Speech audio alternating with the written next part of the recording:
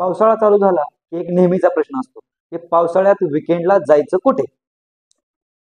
लोणावळा, खंडाळा, अलिबाग सगळं फिरून झालंय. पण जर शांत निसर्गाच्या कुशीत रिलॅक्स व्हायचंय तर आजचं हे ठिकाण तुमच्यासाठी. हॅलो मित्रांनो, वेलकम टू इन ट्रान्झिट. तर आज आपण पाहणार आहोत पुणे जिल्ह्यातील भीमाशंकर.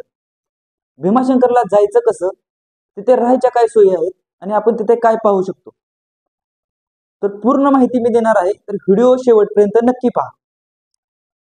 हिरवागार निसर्ग, घनदाट जंगल, धुक्याची चादर पांघरून पहुडलेले डोंगर आणि त्याच डोंगराच्या कड्यावरून फेसाळत कोसळणारे पांढरे शुभ्र धबधबे. रस्त्याच्या दुतर्फा मोठमोठे डोंगर आणि त्यातून वळण वळण घेत जाणारा रस्ता.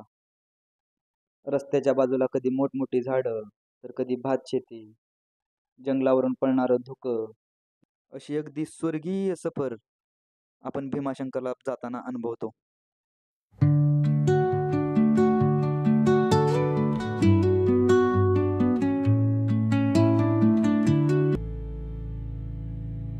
तर भीमाशंकरला पोहोचायचं कसं. भीमाशंकरला जाण्यासाठी पहिल्यांदा आपल्याला पुण्यामध्ये यावं लागेल. इंडियामधील मेजर सिटीज मधून पुणे हे वेल कनेक्टेड आहे. पुण्यापासून साधारण 3-3.5 तासांची ड्राईव्ह करून आपण पोहोचतो भीमाशंकरमध्ये. तर भीमाशंकरमध्ये राहायचं कुठे.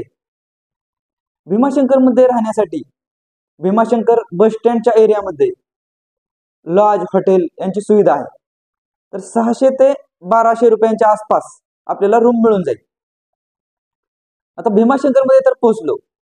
भीमाशंकरमध्ये पोहोचल्यानंतर तर पहिल्यांदा तर आपण भीमाशंकर मंदिर येथील भगवान शंकरांचं 12 ज्योतिर्लिंगांपैकी एक असं पवित्र असलेलं शिवलिंग, त्याचं दर्शन आपण घेऊया.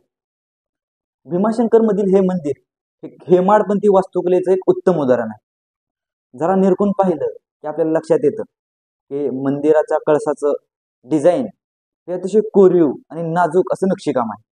मंदिराच्या गाभाऱ्यातही हे नक्षीकाम आपल्याला पाहायला मिळतं. जुनी मंदिरं खरंच अद्भुत आहे. भीमाशंकर मंदिराला एक पौराणिक कथा सांगितली जाते. कुंभकर्ण आणि कर्कटी, हा तोच कुंभकर्ण, रावणाचा भाऊ. तर कुंभकर्ण आणि कर्कटी यांचा एक मुलगा होता भीम नावाचा. त्याने ब्रह्मदेवाची तपश्चर्या करून असं एक वरदान प्राप्त करून घेतलं होतं की मला मृत्यू कधीच येऊ नये. ब्रह्मदेवाने प्रसन्न होऊन त्याला हे वरदान दिलं. त्यानंतर काय, राक्षस शेवटी मग त्याने ऋषीमुनींना आणि देवदेवतांना त्रास द्यायला चालू केलं. मग त्यानंतर सगळे देवदेवता मिळून गेले आपल्या भोले भंडारींकडं. भोले भंडारींनी घेतला रौद्रावतार आणि भीमाचा वध केला. त्यामुळेच इथं भीमाशंकरमध्ये शिवलिंग स्थापन झालं. मंदिर पाहून झालं की आपण जाऊ शकतो गुप्त भीमाशंकरच्या दर्शनाला. गुप्त भीमाशंकर हे भीमाशंकर जंगलामध्ये एक आतमध्ये हे ठिकाण आहे. गुप्त भीमाशंकरच्या दर्शनाला जाताना आपल्याला जंगलामधून एक ट्रेक करत जावं लागतं. खूप मस्त अशी ट्रेक आहे, जंगलामधून आपण एन्जॉय करत जाऊ शकतो. तर गुप्त भीमाशंकर हे शंकराचं एक शिवलिंग आहे. त्यावर कंटिन्युअस हे धबधब्याचं पाणी हे पडत असतं. मस्त असा नजारा आहे. तिथूनच 2 किलोमीटरच्या अंतरावर नागफणी नावाचा एक पॉइंट आहे. तर तो पॉइंट असा आहे की एक डोंगराचा सुळका आहे, त्याचा आकार नागाच्या फणीसारखा आहे, म्हणून ह्या पॉइंटचं नाव नागफणी पॉइंट असं पडलेलं आहे. तर मित्रांनो, नागफणी पॉइंट वरून वर उभं राहून आपण जो नजारा बघतो तो अतिशय बघण्यासारखा नजारा आहे. तर आपण मित्रांनो तिथं व्हिजिट नक्की करू शकतो. 4 वाजेपर्यंत हे सर्व पॉइंट्स होऊन जाते. तर मग रिटर्न निघताना आपण माळशेजचा घाट हा पॉइंट एक आवर्जून व्हिजिट केला पाहिजे. माळशेजच्या घाटाला जातानाच वाटेत छोटे छोटे धबधबे, व्ह्यू पॉइंट्स, तिथे मिळणारी मॅगी आणि गरमागरम चहा आपल्या एन्जॉयमध्ये आणखी भर पाडतो. मक्याच्या कणसाला लिंबू आणि मसाला लावून खाताना असं वाटतं की दाने दाने पे लिखा है खाने वाले का नाम. माळशेजला छोटे छोटे ट्रेल्स आहेत.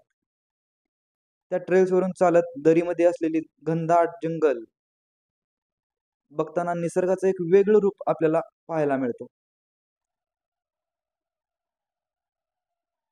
माळशेजच्या घाटात एक फेमस असा बोगदा आहे.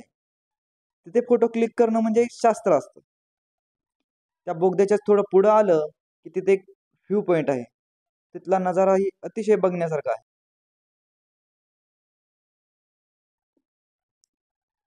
माळशेज मध्ये मॅगी खाताना नैनितालच्या पहाडांवरची मॅगीची आठवण झाली.